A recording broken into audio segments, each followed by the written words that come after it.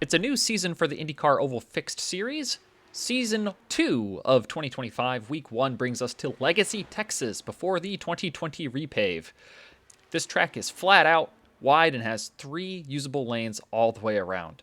Be careful in the dog leg where the track will narrow up and drivers may not hold the straightest line, but the winning strategy this week will be to put your left sides on the white line all the way around. Passing cars will be easiest in qualifying this week, so make sure to figure out how to blast a blistering lap around this hot speedway in Denton County, Texas. I found the stock bars and no weight jacker to be pretty usable in qualifying. That's a 5 front bar and a 2 rear bar.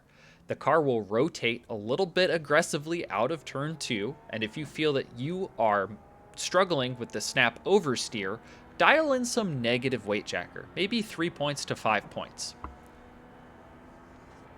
It's important to make sure that your inputs are smooth and that you carry as much speed as possible coming to your white flag lap. On your warm-up lap, just be careful to get out of the pits and off of pit road without spinning. And on your green flag lap, you're going to take the lap a little easy.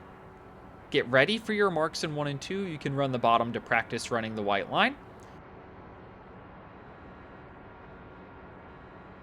And then in 3 and 4, you're going to run a little bit higher on the surface of the racetrack. Don't go as high as I did here. I almost had to lift and turn the wheel too aggressively. You'll want to try to keep your right sides on this seam just below the wall.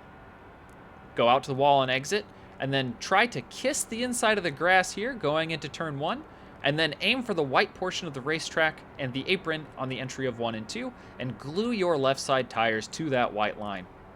The new lighting update in iRacing makes it difficult to determine the difference between the apron and the painted white line, especially when there's a high contrast or high brightness. Make sure to adjust your graphics settings accordingly to make sure you don't miss an inch of the racetrack. You'll find that a time like a 24.2 flat or a 24.15 will be really good this week. That should get you on the front row in most competitive splits this week.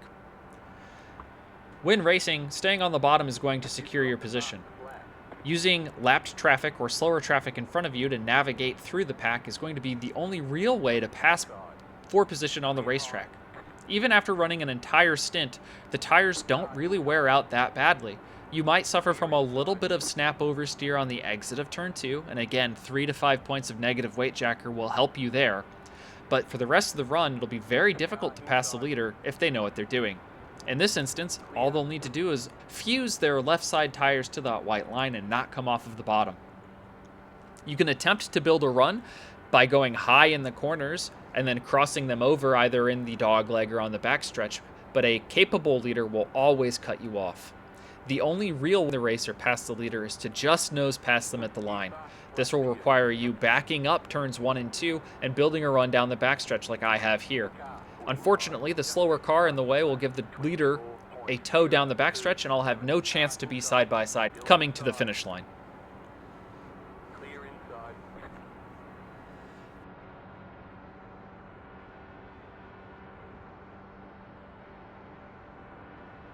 Inside. Slow car ahead. There's plenty of room on this racetrack to race 3 wide and even 4 wide in places, so be mindful of where the other cars are.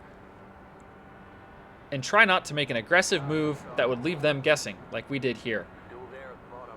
Clear, no damage. Car looks clean. Always map a damage button so you can know whether or not you'll have side pod damage.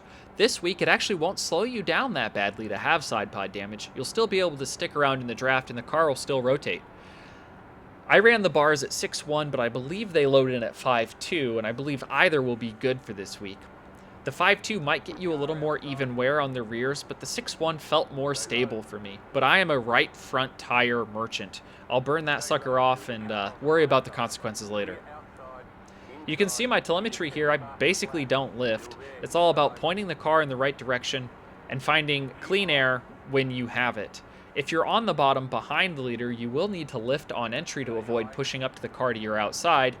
But this race will look a lot like the gridlock traffic around the Dallas metro area. You'll have lanes of cars 2 to 3 rows wide with nowhere to go. You'll often see the leader try to pinch and protect the bottom by going all the way below the white line on the backstretch. low. Clear outside, inside. Still inside.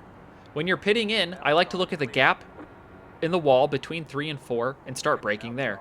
My teammate does it better than me and passes me on the outside, so there is a little room to be more aggressive if you feel confident under braking. Make sure to call your pit before you do so and slow down right in the middle of the corner and get off of the racing surface as quickly as possible. You'll see here I ran 610 this entire stint, and my tires are going to be pretty even. I think I had only a 3% wear difference between my right front and my right rear. If you have any questions or comments about the tips and tricks in my video for Texas this week, let me know in the comments below, and I'll make sure to get back to you as soon as I can.